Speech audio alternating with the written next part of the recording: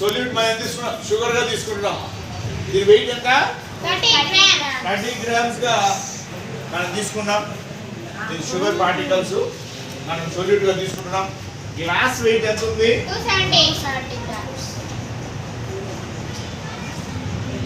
Okay, 270 grams ఉంది. దీంట్లో మనం వాటర్ పోయిపోతాం. సో ఇక్కడ సాల్వెంట్, వాటర్ ఇవి సాల్వెంట్ ఎక్కువ మొత్తంలో తీసుకున్నటువంటి ఏదైతే సొల్యూట్ దీంట్లో కలపబోతున్నామో అది సాల్వెంట్ అవుతుంది. ఈ సాల్వెంట్ తో పాటు మనం గ్లాస్ వెయిట్ తో ఎంత ఉందంటే 458 ఉంది. ఎంత? 458 గ్లాస్ ప్లస్ వాటర్. ఇప్పుడు వాటర్ వెయిట్ ఎంత? దీంట్లో నుంచి తీసేసి వస్తుంది.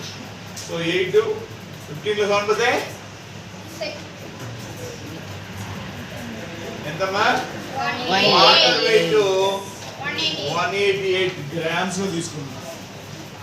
So now I am mixing this sugar as solute into the solvent which is water.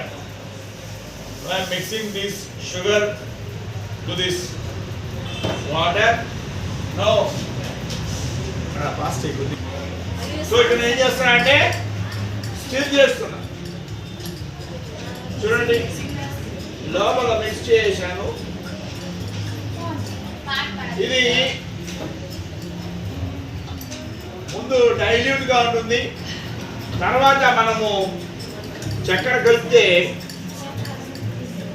Dilution ఎక్కువ కలుపుతున్నప్పుడు కాన్సన్ట్రేటెడ్ అంటారు. మామూలుగా డైల్యూషన్ కాన్సన్ట్రేటెడ్ లేదా అన్సాచురేటెడ్ సాచురేటెడ్ సొల్యూషన్ కూడా చెప్పొచ్చు. ఎందుకంటే అన్సాచురేటెడ్ దేనంటాము ఇంకా చక్కెర కలపవచ్చు, కరిగిపోతూ ఉంటుంది, మిగలదు అనేది అన్సాచురేటెడ్.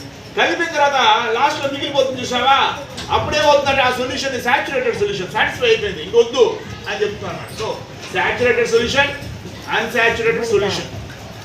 చూడండి,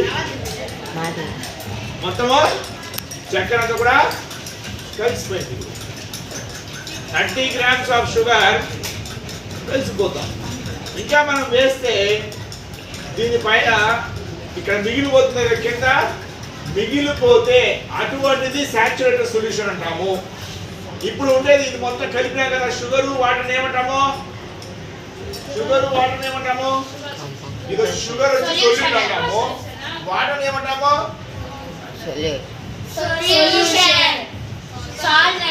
వాటర్ ఏమంటాము? సాల్వెంట్. సో ఇది రెండు కలిస్తే సొల్యూషన్. అంటే సొల్యూషన్ లో ఏముంటాయి? Water, salt, sugar. సో ఇక్కడ మొత్తం కలిస్తే ఎంత సొల్యూషన్? ఎంత వెయిట్? దీంట్లో ఎంత వెయిట్ ఉంది? ఎంత వెయిట్ ఉంది? 458.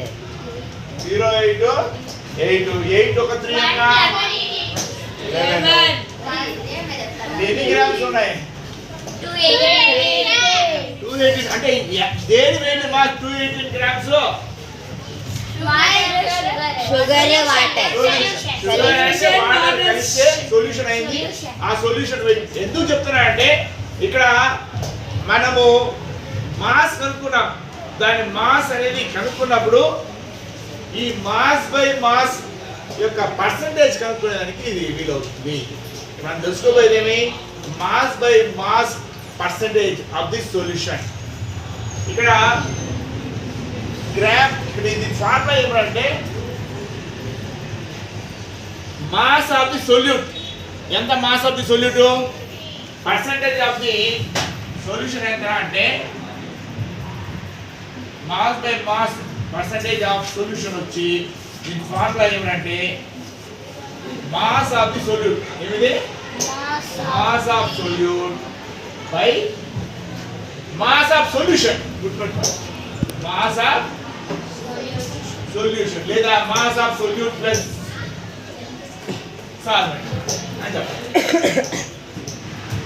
సో పర్సెంటేజ్ ఎలా చేయొచ్చు? ఇంటూ 100 వేయాలి. పర్సెంటేజ్ ఏంటి? 100 కదా, 100కి వేసుకోవాలి. ఇప్పుడు మాస్ ఆఫ్ సొల్యూట్ ఎంత? 30 గ్రామ్స్. Very good, 30. మళ్ళీ మాస్ ఆఫ్ సొల్యూషన్ ఎంత? 218 ఇంటూ 100. ఇది క్యాలిక్యులేట్ చేస్తే మనకు టోటల్ పర్సెంటేజ్ ఆఫ్ సొల్యూషన్ మనకు తెలుస్తుంది. సో లెట్ చేయండి.